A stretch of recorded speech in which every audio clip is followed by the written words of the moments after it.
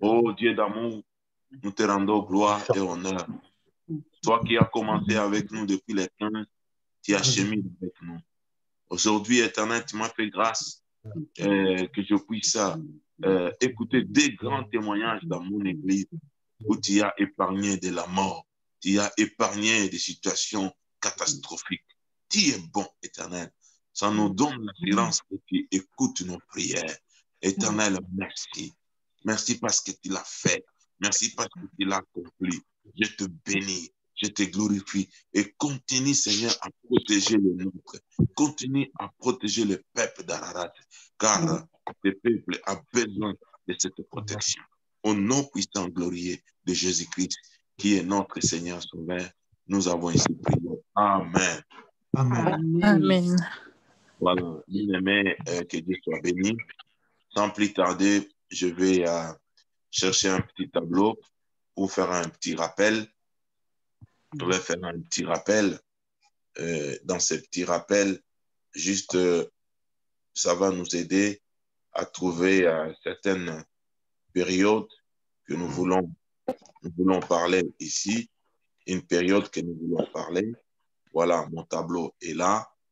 Nous sommes en train de parler sur la fin du temps, les événements, on nous a beaucoup parlé, on nous a exhorté, même si le retour de Christ, c'est-à-dire le point 1, il s'agit de la période avant la loi, c'est-à-dire parce que la loi est venue avec Moïse. Il y a des gens qui ont vécu avant la loi, comme Abraham, comme Noé. Nous avons là où est écrit D, c'est les temps de la loi. Et la loi avec Moïse, si vous pouvez permettre le micro, s'il vous plaît. La loi a commencé avec Moïse et la fin de la loi était lors de la mort de Jésus-Christ, la mort et la résurrection.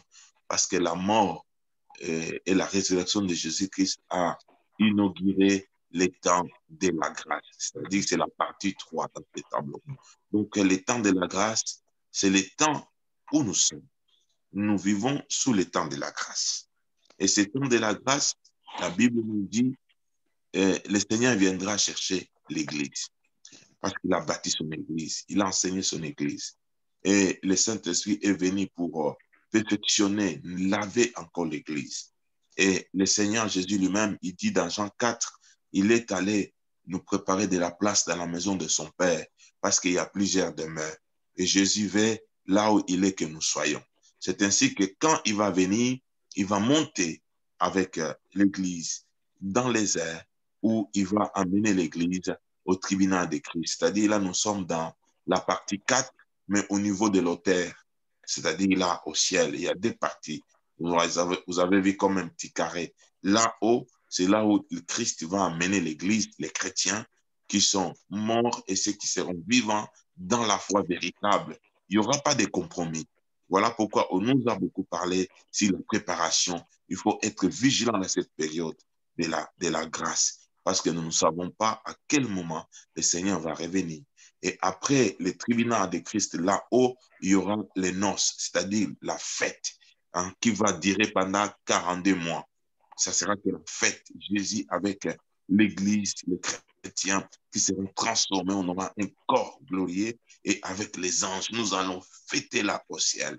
Et les gens qui ne seront pas enlevés sur la terre, parce que la terre ne sera pas détruite, parce que la mort va continuer. Les gens continueront à vivre, les gens continueront à se marier et ils seront dirigés maintenant par un roi qui va venir, qui dira que c'est lui l'homme fort, c'est lui qui veut mettre la paix du monde dans le monde, c'est lui qui veut faciliter, qui est la justice dans le monde. Les gens commenceront à manger bien, les gens commenceront à s'habiller, à voyager, c'est-à-dire la moitié du temps.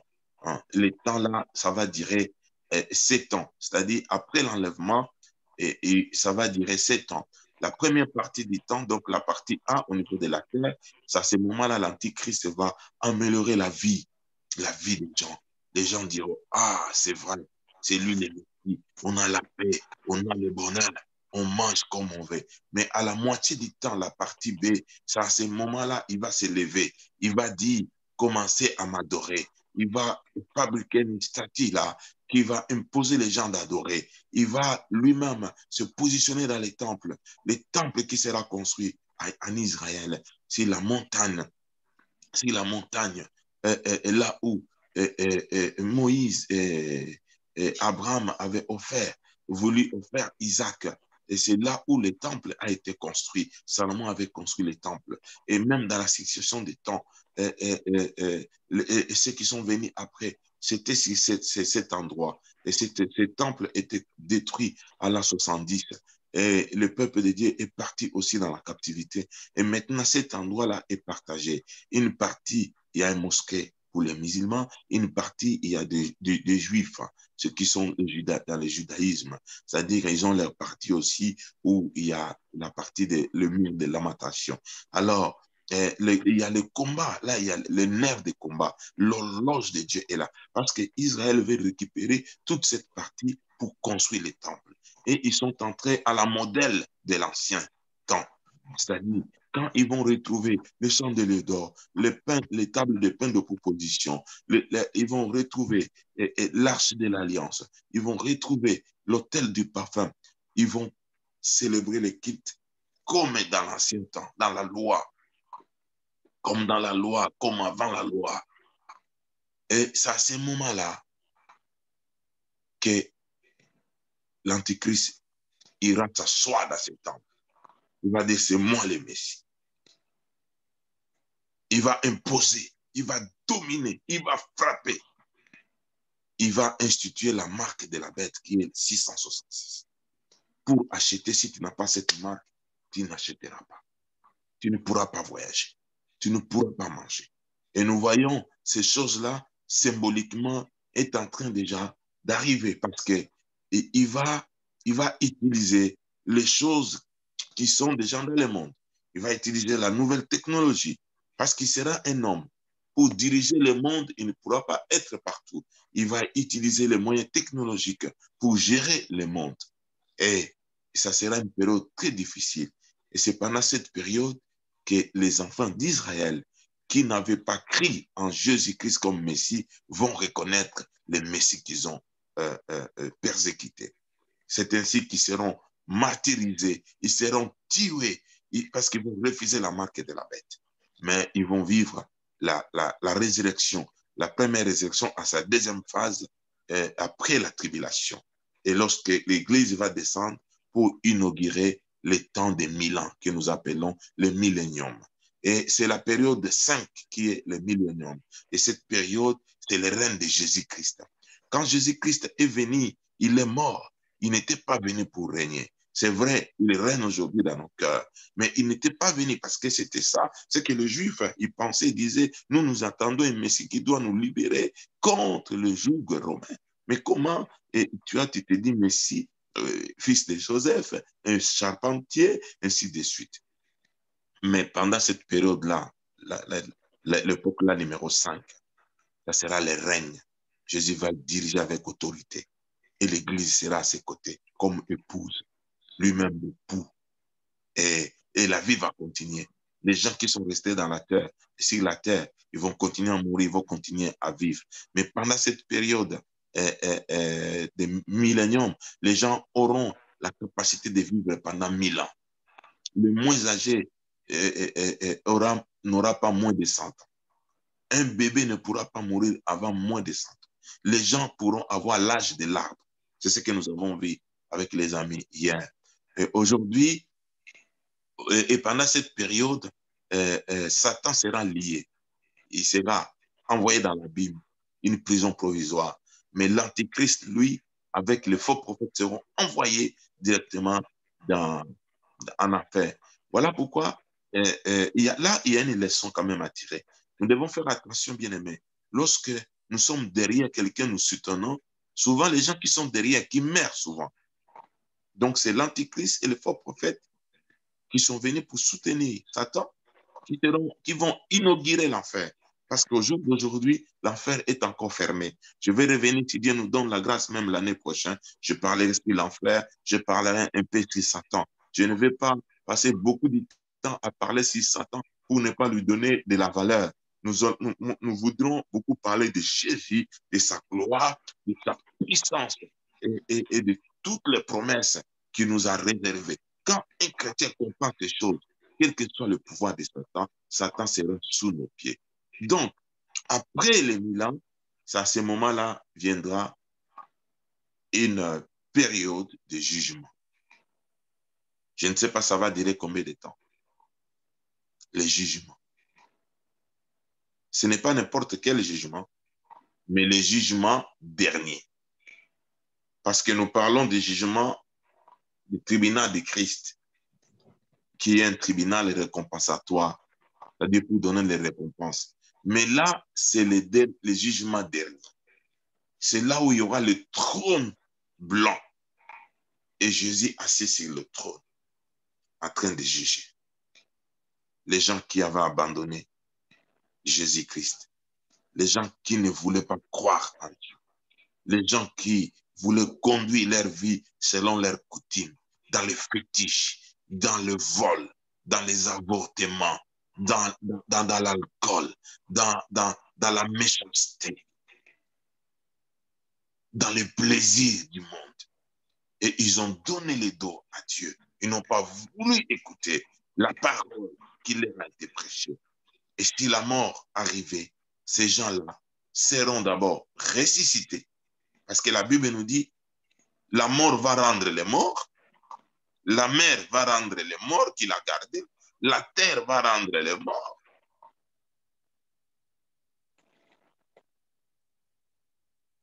Le ciel sera jugé, la terre sera jugée. Donc l'homme n'aura pas le temps de fuir. Il sera là devant le trône et le jugement, le Seigneur va juger. Donc voilà ce que nous allons voir aujourd'hui. Le pasteur Mouyanga nous a déjà parlé le 24 décembre, il nous avait parlé du jugement. Il avait utilisé les textes de Matthieu 25, de 1 à 13, là où on parle de 5 vierges sages et de 5 vierges folles. C'est l'image, l'enseignement sur le jugement. En résumé, les 10 vierges entendaient l'époux. L'époux qui devait...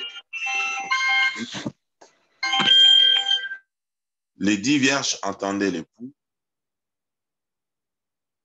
L'époux qui devait entrer dans la salle des noces. Et ils étaient des fiancés. Et ils devaient se préparer avec leurs lampes et l'huile. 5 vierges se sont préparées et ils avaient des réserves. Les 5 autres n'avaient pas de réserves. Ils sont allés dormir, comme nombreux dorment aujourd'hui, comme beaucoup de chrétiens dorment. Donc là, déjà, nous voyons, ce ne sont pas des païens parce qu'ils avaient la lampe. La lampe est l'image de la parole de Dieu, la lumière.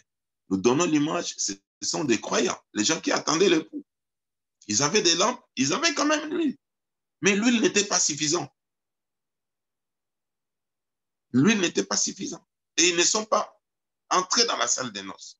Pourquoi? Parce que lorsque l'époux est arrivé, il faut que la lampe de chaque fiancé soit allumée pour honorer l'époux. Et leur lampe, pendant qu'ils dormaient, il n'y avait pas l'huile. Ils sont allés pour prêter, demander aux 5 autres de leur donner. Les 5 autres qu'ils ont refusé. Vous savez, dans la vie, frère, il y a des choses qu'on peut prêter, il y a certaines choses que tu ne pourras pas prêter. Il y a des choses qu'on peut te donner, il y a certaines choses qu'on ne pourra pas te donner. Moi, en tant que votre pasteur, il y a des choses que je peux vous donner comme votre pasteur. Il y a des choses que je serai dans l'impossibilité de vous donner. En plus, là, nous voyons que le salut est individuel. Chacun doit se préparer, doit avoir sa lampe et la quantité suffisante de l'huile et de la grâce de Dieu. Jusqu'à ce que l'époux viendra, on ne sait pas à quel moment. Parce qu'elle ne savait pas. Et l'époux est venu la nuit. pendant que tout le monde dormait. Voilà, bien aimé, l'image qu'on nous a enseignée. Et les 5 autres ne sont pas entrés. Ils sont restés dehors où il y a, je précise un élément, où il y a les graissements des dents. Ça, ce n'est pas les noces de l'agneau. Ça, ce n'est pas les noces de l'agneau. Ça, c'est le jugement dernier. Parce que dans les noces de l'agneau, il n'y a pas de graissement des dents. C'est-à-dire ça, ils ont loupé. Parce qu'ils sont restés dehors où il y avait les ténèbres. Parce que les gens qui sont déjà enlevés, qui sont dans les tribunaux de Christ, ils sont dans la lumière avec Christ. Là, au ciel, il n'y a pas de ténèbres, il n'y a pas de graissement. C'est-à-dire, c'est ici, c'est le jugement dernier. Voilà pourquoi j'ai pris, parce que dans ce même texte, il y a aussi 2 autres textes qui parlent aussi des jugements. Donc, je voulais que nous puissions lire cela. Et après, nous allons lire d'autres versets bibliques qui parlent du jugement dernier. Donc, nous sommes dans Matthieu 25. Je vais lire les versets 14 à 30. Lisez bien parce que on n'aura pas beaucoup des explications. Les explications, c'est juste quand nous sommes en train de lire la parole de Dieu, on comprend, j'essaie un peu de commenter et nous avançons pour nous permettre d'avoir beaucoup de versets bibliques. Matthieu 25, verset 14. 14 à 30. La Bible dit ceci. Ce sera en effet pareil au cas d'un homme qui, partant pour un voyage, appela ses serviteurs et leur remit ses biens. Il donna 5 sacs d'argent à l'un, 2 à l'autre et 1 au troisième, à chacun selon sa capacité. Puis il partit aussitôt. Celui qui avait reçu les 5 sacs d'argent s'en alla travailler avec eux et gagna 5 autres sacs d'argent. De même, celui qui avait reçu les 2 sacs d'argent en gagna 2 autres. Celui qui n'avait reçu qu'un alla creuser un trou dans la terre et cacha l'argent de son maître. Longtemps après, le maître de ses serviteurs revint et leur fit rendre les comptes. Celui qui avait reçu les 5 sacs d'argent s'approcha en apportant 5 autres et dit, « Seigneur, tu m'as remis 5 sacs d'argent. En voici 5 autres que j'ai gagnés. » Son maître lui dit, « C'est bien, bon et fidèle serviteur. Tu as été fidèle en peu de choses. Je te confierai beaucoup. Viens partager la joie de ton maître. » Verset 22. Celui qui avait reçu les 2 sacs d'argent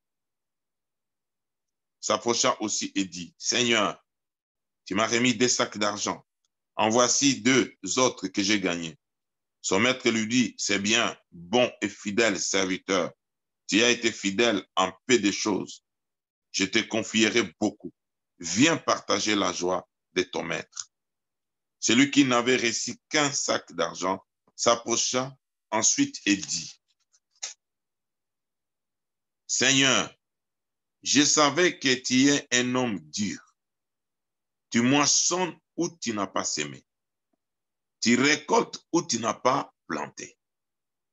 J'ai eu peur. Je suis allé cacher ton sac d'argent dans la terre. Le voici. Prends ce qui est à toi. » Son maître lui répondit, « Serviteur mauvais et paresseux. Tu savais que je moissonne où je n'ai pas semé et que je récolte où je n'ai pas planté.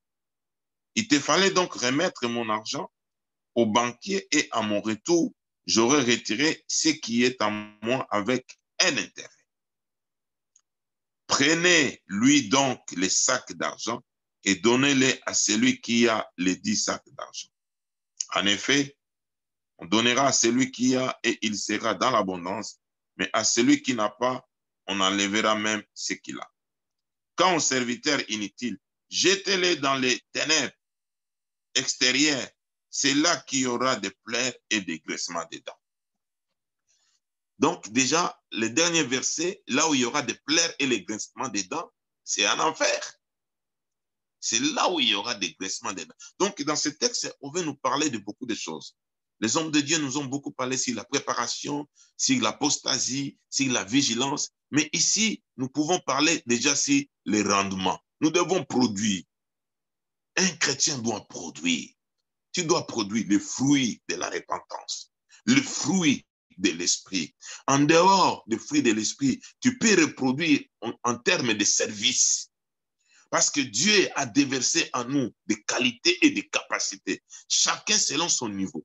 Il y a certains qui ont réussi niveau 5, d'autres niveau 4, d'autres niveau 3. Dieu ne te demande pas de produire au niveau 5 parce que tu n'as pas réussi 5. Produis même au niveau 1 ce que tu as réussi. Tu dois te poser la question, qu'est-ce que moi j'ai réussi de Dieu? Tu as réussi la vie éternelle. Produis la vie éternelle auprès des autres. Tu as reçu le pardon de Dieu. Pardonne les autres. Le Seigneur veut que nous puissions produire le fruit de notre salut, de notre repentance. Voilà, le Seigneur dit à ceux qui ont donné, à ceux qui ont produit, il dit, viens, bon serviteur fidèle. Tu as été fidèle à des petites choses. Viens dans la joie de ton maître. Cher bien-aimé d'Ararat, moi et toi, nous voudrons ce jour-là que Jésus-Christ puisse nous dire, viens entrer dans la joie de ton maître. La joie de notre maître, c'est quand nous serons enlevés, quand nous aurons des couronnes, quand nous passerons dans la fête des noces avec lui, quand nous allons régner pendant 1000 ans avec lui. Et après les 1000 ans, nous vivrons éternellement la joie du maître. Bien-aimé, donc le jugement sera aussi pour les négligents, pour les paresseux. Tu peux perdre ton salut à cause de la paresse. Le temps de prier, toi, tu n'es pas là. Le temps de suivre les enseignements, tu n'es pas là. Tu prends tout avec négligence. Le temps de venir à l'église, tu n'es pas là. L'église a convoqué une réunion, tu n'es pas là. Nous devons faire attention parce que dans ce monde, nous vivons dans une terre qui est tellement glissante. Je prends le deuxième texte.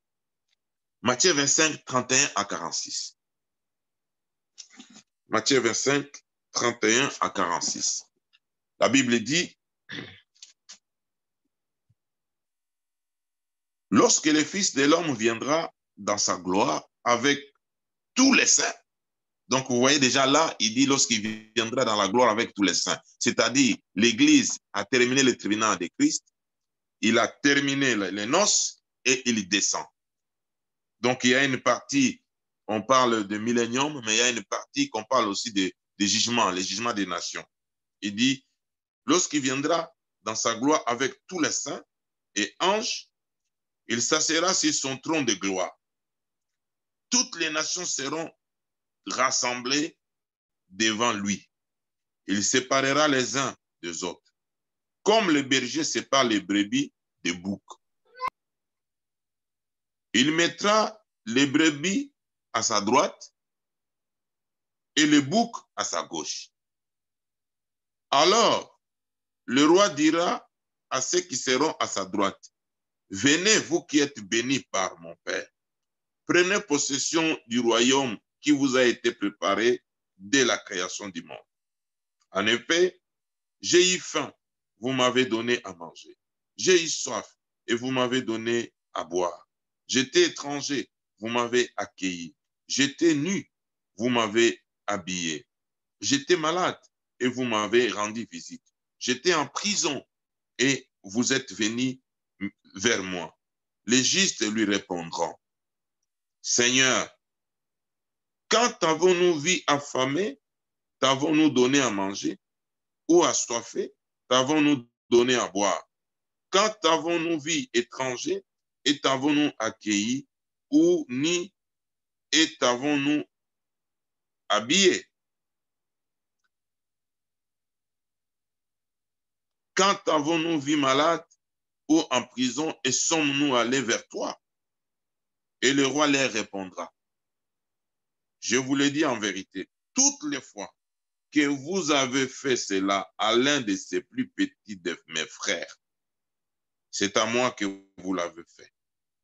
Ensuite, il dira à ceux qui seront à sa gauche, éloignez-vous de moi, maudits, aller dans le feu éternel qui a été préparé pour le diable et pour ses anges.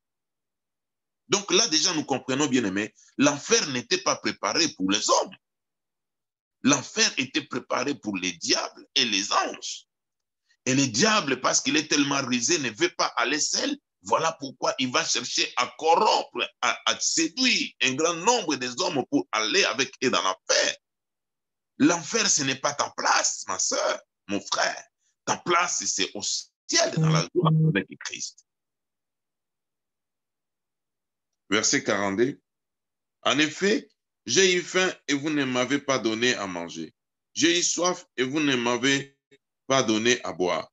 J'étais étranger et vous ne m'avez pas accueilli. J'étais nu et vous ne m'avez pas habillé. J'étais malade et en prison, vous ne m'avez pas rendu visite. Il répondra aussi, Seigneur, quand avons-nous vu affamés ou assoiffés ou étrangers ou nus ou malades ou en prison et t'avons-nous pas servi? Il leur répondra, je vous le dis en vérité, toutes les fois que vous n'avez pas fait cela à l'un de ces plus petits, c'est à moi que vous ne l'avez pas fait. Et ils iront à la peine éternelle. Ils iront à la peine éternelle. Tandis que les justes iront à la vie éternelle. Donc, remarquez ça, bien aimé, la souffrance éternelle et la vie éternelle. Ici, dans ces versets, dans cette parabole, nous pouvons souligner un élément qui est très important, les œuvres. Nous ne sommes pas sauvés par les œuvres, nous sommes sauvés par la foi. Mais les œuvres doivent accompagner notre foi. C'est ce que Jacques dit. Montre-moi ta foi sans les œuvres, moi je te montrerai ma foi avec les œuvres. Et les œuvres ne doivent pas précéder la foi. Premièrement, nous devons croire au Seigneur. Et après avoir crié au Seigneur, bien aimé, nous devons expérimenter aussi notre amour envers ceux qui sont malades, envers les gens qui souffrent. Toi, quand il y a quelque chose, ça reste que pour toi. Tu ne partages même pas avec tes frères dans ta famille, même pas avec l'Église pour participer aux actions de l'évangélisation, au soutien que l'Église peut faire. C'est-à-dire, quand toi, tu as quelque chose, rien que pour toi, tu n'as jamais eu compassion, même des gens qui sont malades. Tu ne pries même pas pour eux. Tu penses que toi, tu es un fer. Tu as le même corps, toi aussi, tu peux tomber. Il y a des gens qui sont dans la prison. Pourquoi ils sont dans la prison? Parce qu'ils ont mal fait, ils ont été dans la prison. En étant dans la prison, le Seigneur peut les rencontrer, le Seigneur peut changer leur vie. Combien que nous rencontrons les gens qui sont affamés, les gens qui sont dans les besoins. Mais ce qui te demandent, peut-être c'est minime, tu l'as, mais à cause de ton mauvais, je ne dis pas que tu dois donner à tout le monde, mais il faut écouter le Saint-Esprit. Le Saint-Esprit peut te parler. Moi, ça m'arrive des fois. Le Saint-Esprit peut me convaincre, cette personne qui me demande, en tout cas, je sens que je lui donne. Je peux donner. Des fois, celui qui me demande, je ne donne pas. Mais j'écoute mon cœur, j'écoute le Saint-Esprit. Les gens affamés, les gens qui n'ont pas de vêtements. Mais toi, tu es là en tant que chrétien. La première des choses, c'est de se moquer des autres parce qu'ils n'ont pas à manger, parce qu'ils sont malades. De juger les autres. Ah voilà, s'il est malade parce qu'il a commis les péchés. Qui t'a dit que les gens qui sont malades parce qu'ils ont commis des péchés? Ça peut arriver, ça peut être le châtiment, mais ça peut être aussi la volonté de Dieu. Ça peut être une circonstance de la vie. Ça peut arriver aussi. Donc, bien aimé, nous sommes des évangéliques et pentecôtistes. Nous aimons beaucoup la foi, nous aimons l'évangile, mais nous devons accompagner aussi notre foi par les œuvres. Ça, c'est très, très important. Voilà ces gens, ils étaient envoyés dans l'enfer, dans la souffrance éternelle. Donc ici, nous voyons le bouc et les brebis. Je t'encourage pour être brebis, pas un bouc. Le bouc, ils ont des cornes, ils sont têtis, toujours prêts à se bagarrer. Ils n'écoutent pas les boucs. Quand il y a des boucs à l'église, oh yeah, c'est pénible. Bien aimé, l'église de Dieu a besoin de brebis. Pour que l'œuvre de Dieu aille de l'avant, les pasteurs ont besoin de brebis. Ils n'ont pas besoin de boucs. Gloire au Seigneur. Nous allons maintenant lire beaucoup de textes encore pour nous aider à comprendre ce qui se passera pendant le jugement. Nous lisons d'abord 1 Corinthiens 15, 21 à 25. Il y a certains textes que nous n'allons pas commenter. Il y a d'autres que nous pourrons commenter. 1 Corinthiens 15, 21 à 25. J'ai fait la lecture. 1 Corinthiens 15, 21 à 25. La Bible dit, en effet, puisque la mort est venue à travers un homme, c'est aussi à travers un homme qu'est venue la résurrection des morts. Et comme tous meurent en Adam, de même aussi tous revivront en Christ. Mais chacun a son propre rang. Christ en premier, puis ceux qui appartiennent à Christ lors de son retour. Ensuite viendra la fin, quand il remettra le royaume à celui qui est Dieu et Père. Après avoir anéanti toute domination, toute autorité, toute puissance, en effet, il faut qu'il règne jusqu'à ce qu'il ait mis tous ses ennemis sous ses pieds. Donc là, on parle des règne de Christ. Que Christ va régner jusqu'à ce qu'il va mettre tout le monde sous ses pieds avant de remettre le royaume auprès de son Père qu'il avait envoyé. Donc là, nous passons déjà la période des milléniums. Et nous allons voir aussi comment, après le millénium, Satan qui était lié sera lâché et il va séduire. Nous allons lire aussi 2 Thessaloniciens, chapitre 1, versets 7 à 10. 2 Thessaloniciens,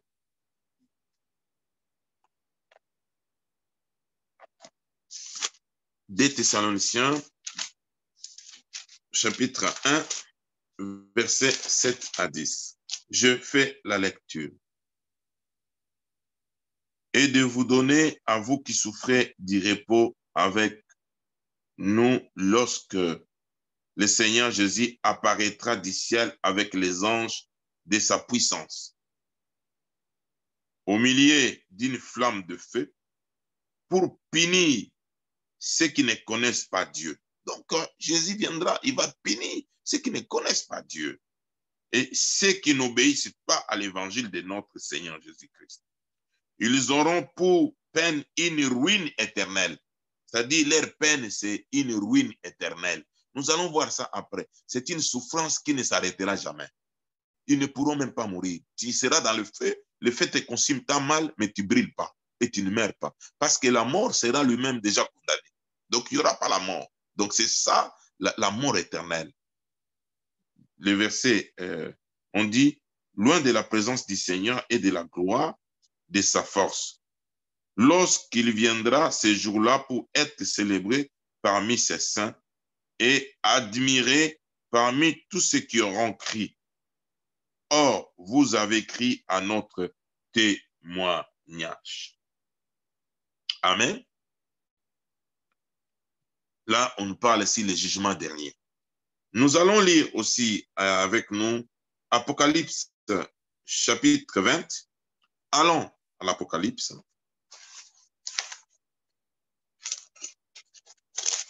Je vais faire de façon de finir un peu dans 10 minutes pour donner aussi même 10 minutes, 10 à 15 minutes, si vous avez des questions à poser. Après quoi,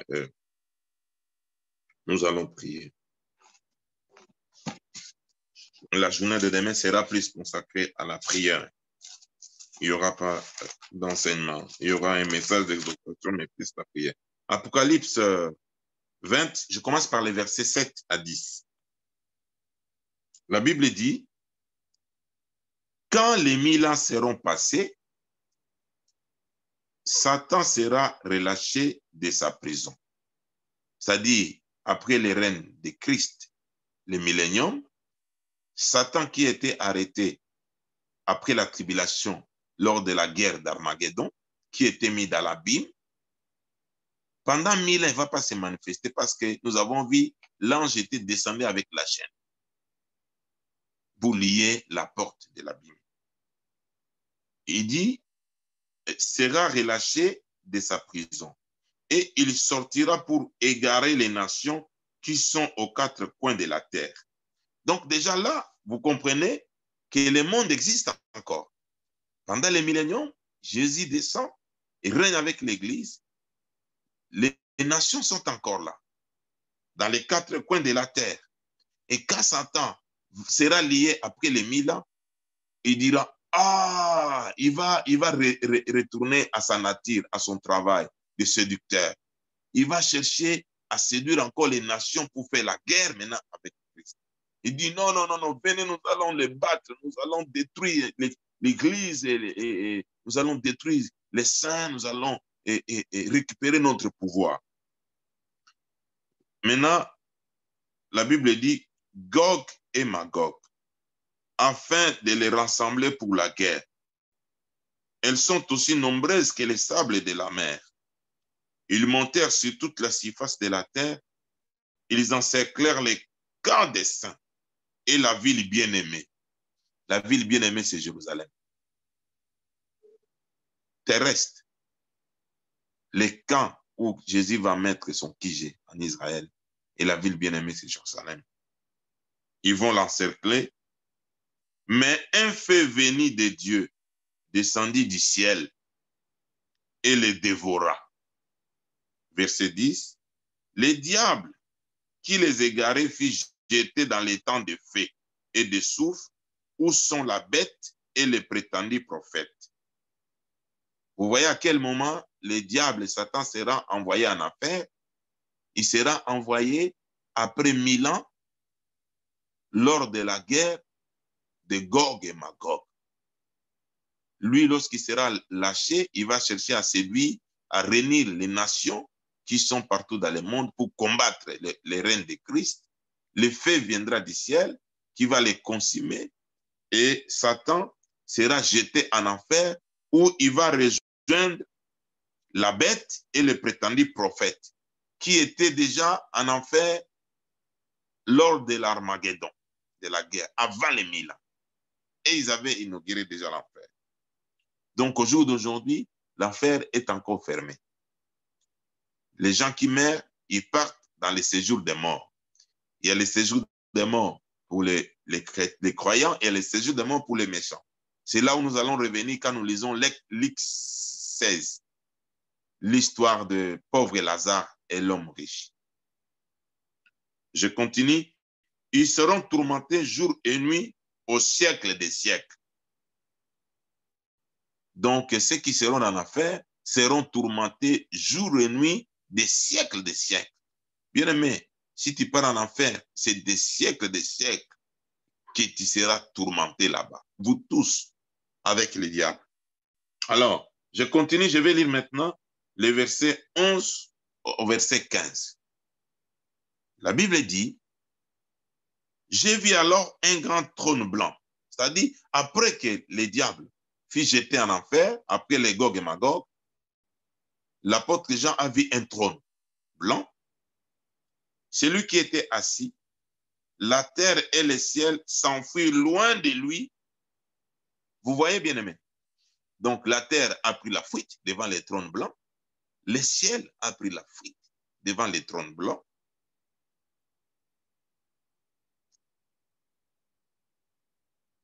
L'on ne trouva plus de place pour eux. Verset 12. J'ai vu les morts, les grands et les petits. Ceux qui disaient que ce sont des riches, des milliardaires, des présidents, les hommes forts, les belles, les beaux, les sapeurs, qui avaient négligé la foi en Christ, les alcooliques, les impudiques, à cause de leur beauté, se sont livrés à des pratiques moins honorables. Jean a vu les grands et les petits, debout devant les trônes blancs. Écoutez maintenant, des livres furent ouverts. Des livres sont au pluriel, c'est-à-dire beaucoup de livres. Des livres furent ouverts. Et un autre livre fut ouvert. Donc, il y a beaucoup de livres qui sont ouverts. De l'autre côté, un autre livre fut ouvert. c'est-à-dire les livres de vie. Les morts furent jugés conformément à leurs œuvres, d'après ce qui était écrit dans ces livres. Bien aimé, tout ce que nous faisons ici sur la terre est écrit. Il n'y a que le sang de Jésus qui est capable d'effacer ce qui est écrit. C'est aujourd'hui, frère, bien aimé. C'est aujourd'hui et maintenant. Tout ce que nous posons comme acte est écrit. Personne, à part lui, est capable d'enlever tout ce qui est écrit. Je suis dans le verset 13 maintenant. La mer rendit les morts qu'elle contenait, les gens qui sont morts dans la mer. La mort et le séjour des morts rendirent aussi leurs morts. Donc, lui-même, la mort aussi, il a rendu les morts et le séjour des morts.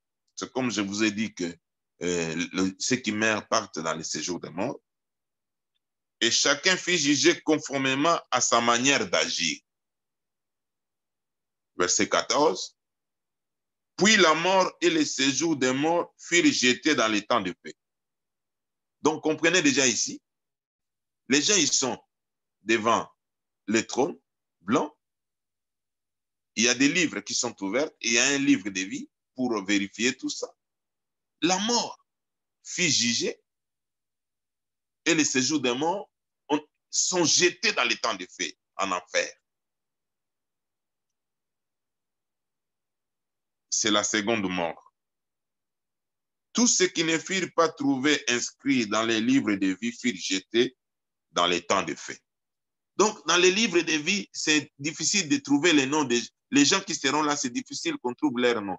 Parce que les noms de ceux qui se trouvent dans les livres de vie, ils ont été enlevés pendant la grâce, ils ont été ressuscités après le martyre de la grande tribulation.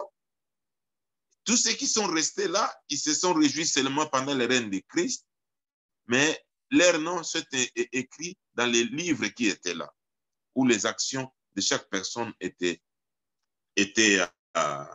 écrites. Donc là, on parle de la deuxième résurrection.